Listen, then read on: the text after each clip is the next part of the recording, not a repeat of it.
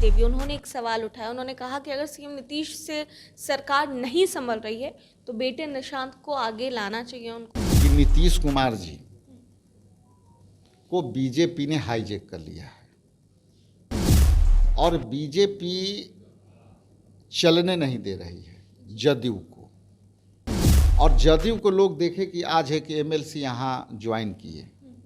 हमारे पास कई लोग ऐसे हैं जो आने वाला समय में सब ज्वाइन करेंगे। भगदड़ हर जगह मची हुई है। जिस तरीके से अभी जेडीयू के पूर्व एमएलसी विनोद सिंह जी ने ज्वाइन किया, तो आपने कहा कि जेडीयू में भी भगदड़ है, इसके साथ साथ एलजेपीआर में भी भगदड़ है।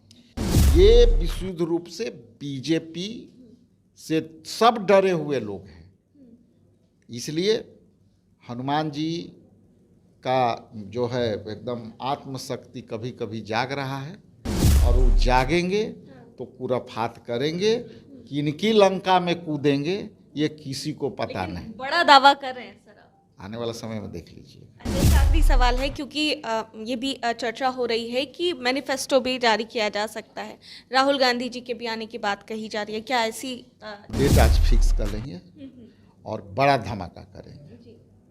कांग्रेस पार्टी जी और राहुल जी के निर्देश पर जनहित के बड़ा धमाका करेंगे और वो हम लोग लागू कर देंगे। नमस्कार, दर्श न्यूज देख रहे हैं आप और मैं हूं आपके साथ दक्षा प्रिया। बिहार विधानसभा का मॉनसून सेशन आज से शुरू हो गया है और ऐसे में ये भी कहा जा रहा था कि ये सेशन हंगामेदार हो सकता है। बिहार कांग्रेस के अध्यक्ष राजेश राम जी इस वक्त हमारे साथ मौजूद है खास बातचीत करने के लिए। सर, आप लोगों ने कहा कि कल से जो सेशन चलेगा उसको आप लोग चलने नहीं देंगे, क्या कारण है? देखिए, कारण स्पष्ट है। हम लोग बिहार विधानसभा के 243 सदस्य हैं। बाकी सदस्य विपक्ष और पक्ष के हैं।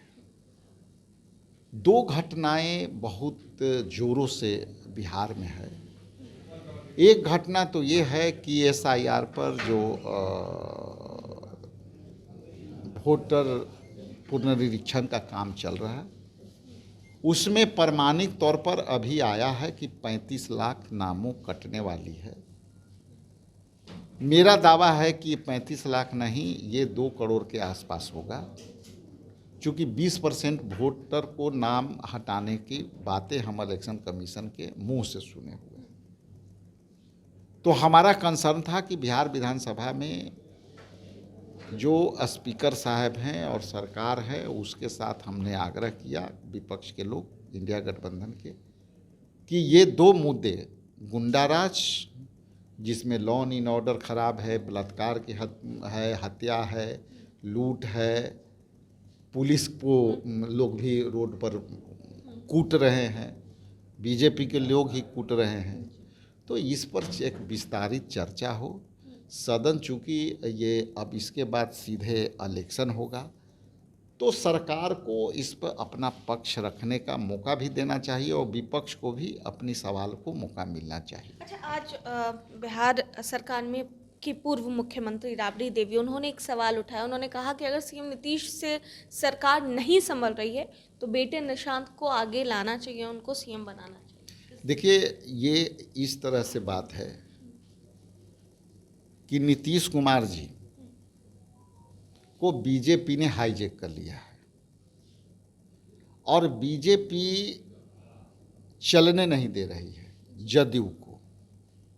और जदयू को लोग देखे कि आज एक एमएलसी यहाँ ज्वाइन किए। हमारे पास कई लोग ऐसे हैं जो आने वाला समय में सब ज्वाइन करेंगे। सब यही कह रहे हैं कि अब जदयू को या तो बीजेपी कब्जा कर ली है या फिर हाईजैक कर ली है। अब जो लोग हाईजैक नहीं होना चाहते हैं जदयू के लोग, वो तो कांग्रेस की तरफ देख रहे हैं, चूँकि सामाजिक न्याय की लड़ाई के साथ उनका मन मिलता है। चूँकि कई ज़माने में नीतीश कुमार जी कहते थे कि सामाजिक न्याय के है, तो इसलिए उनका वर्कर मेरा नेता से रिलेट कर रहे हैं, इसलिए उनको दे। लेकिन 2 शब्द की बात है। पहला कि क्या वही नीतीश कुमार हैं जो जीरो टॉलरेंस की बात करते थे और इस तरह के कृत्य के लिए वो माने जाते थे कि वो जीरो टॉलरेंस को बर्दाश्त नहीं करते। अब क्या वही नीतीश कुमार हैं जो हॉस्पिटल में हत्या हो रही है, बच्चियों के साथ जघन्य हो रहा है, हत्या व्यवसायी के दिन दहाड़े मारा है, तो ये क्या वही नीतीश कुमार हैं या आरएसएस और बीजेपी की सरकार है? तो परोक्ष रूप से बीजेपी की सरकार चल रही है। ये लोग चूंकि वोट के राजनीति है, इनका अपना बीजेपी का वोट नहीं है, नीतीश जी के वोट पर इनका सत्ता है, इसलिए उनको लुका छुपा के रखे हुए। लेकिन आने वाला समय में नीतीश कुमार चेहरा उनका नहीं होंगे, या आप नोट कर लीजिए। सर मेरा एक सवाल है, आपने अभी थोड़ी देर पहले इसकी चर्चा की थी और कहा कि भगदड़ हर जगह मची हुई है। जिस तरीके से अभी जेडीयू के पूर्व एमएलसी विनोद सिंह जी ने ज्वाइन किया, तो आपने कहा कि जेडीयू में भी भगदड़ है, इसके साथ साथ एलजेपीआर में भी भगदड़ है। देखिए, एक सर्वे आई है, इसमें वोट प्रतिशत महागठबंधन के खास करके दलित के सर्वे में आया है। इसमें एलजेपी के भी वोटर शिफ्ट हुए हैं महागठबंधन में, उनके जो कोर वोटर थे, और इनके लीडर खाली जरा सा भी हम पॉजिटिव हो जाएं तो आप आने वाला समय में देखिएगा कि इनकी भी लाइन लगे। चूंकि देखिए तो ये लीडर्स है, बड़े लीडर्स हैं।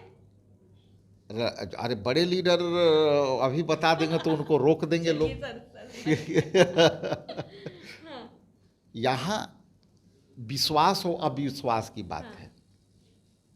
चिराग जी कह रहे 243 पर लड़ूंगा, मांझी जी कुछ और बोल रहे हैं। उन लोग को पता है कि ये हाईजेक जो है बीजेपी कर चुकी है। चूंकि वो छोटे दल है इसलिए उसका असर अभी नहीं दिखेगा, चूंकि चुनाव लड़ना है।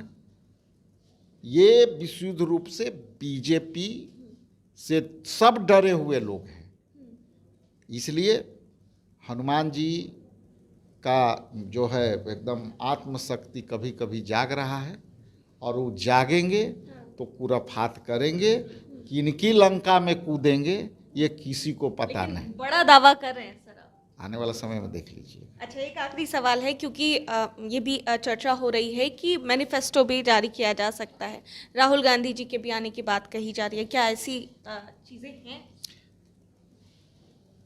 मैनिफेस्टो हम लोग लागू करेंगे और बहुत जल्दी आपके बीच में होगा, आपको भी आमंत्रण जाएगा, और हम डेट आज फिक्स कर लेंगे और बड़ा धमाका करेंगे।